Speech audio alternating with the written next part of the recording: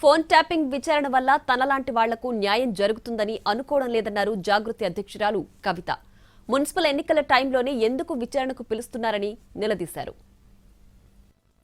అంటున్నా బోల్డని విచారణలు చేసింది ప్రభుత్వం. రిజల్ట్ ఏమొచ్చింది? ఒకటి. నేనేమంటున్నా బోల్డని విచారణలు చేసింది ప్రభుత్వం. రిజల్ట్ ఏమొచ్చింది? ఒకటి.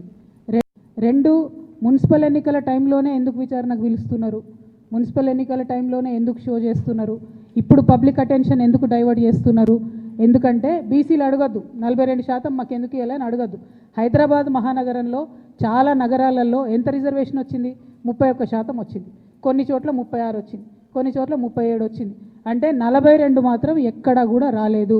ఆ 42 అడగొద్దు అనేటటువంటి ఉద్దేశంతో ఎన్నికలు అనేటటువంటిది మున్సిపల్ కేంద్రాలలో జరుగుతున్నాయి కాబట్టి మరి ఫోన్ ట్యాపింగ్ అనే విషయం ఎక్కువ పట్టణ ప్రాంతాల్లో ఈజీగా అర్థమవుతుంది కాబట్టి ఆ అడ్వాంటేజ్ తీసుకోవడానికే ఇవాళ విచారణకు పిలిచిరు తప్పితే ఆ విచారణ తుదముడుతుందని కానీ ఆ విచారణ వల్ల నాలాంటి బాధితులకు న్యాయం జరుగుతుందనే నమ్మకం నాకు కాంగ్రెస్ ప్రభుత్వం మీద, గుంపు మేస్త్రి గారి మీద లేదు.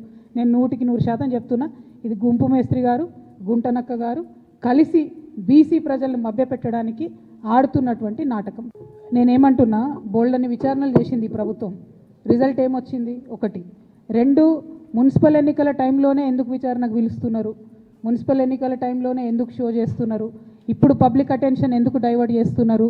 ఎందుకంటే బీసీలు అడగద్దు, 42% మాకు ఎందుకు ఇవ్వాలని అడగద్దు. హైదరాబాద్ మహానగరంలో చాలా నగరాలలో ఎంత రిజర్వేషన్ వచ్చింది? 31% వచ్చింది. కొన్ని చోట్ల 36 వచ్చింది, కొన్ని చోట్ల 37 వచ్చింది. అంటే 42 మాత్రం ఎక్కడా కూడా రాలేదు.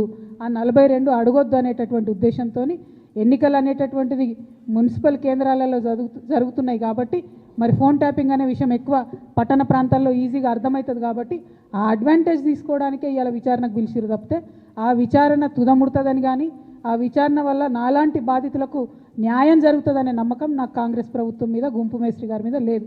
నేను 100% చెప్తున్నా, ఇది గుంపు మేస్త్రి గారు, గుంటనక్క గారు కలిసి బీసీ ప్రజలను మభ్యపెట్టడానికి ఆడుతున్నటువంటి నాటకం. నేనేమంటున్నా బోల్డని విచారణలు చేసింది ప్రభుత్వం. రిజల్ట్ ఏమొచ్చింది? ఒకటి. రెండు, మున్సిపల్ ఎన్నికల టైంలోనే ఎందుకు విచారణకు పిలుస్తున్నారు? మున్సిపల్ ఎన్నికల టైంలోనే ఎందుకు షో చేస్తున్నారు? ఇప్పుడు పబ్లిక్ అటెన్షన్ ఎందుకు డైవర్ట్ చేస్తున్నారు? ఎందుకంటే బీసీలు అడగద్దు, 42% మాకు ఎందుకు ఇవ్వాలని అడగద్దు.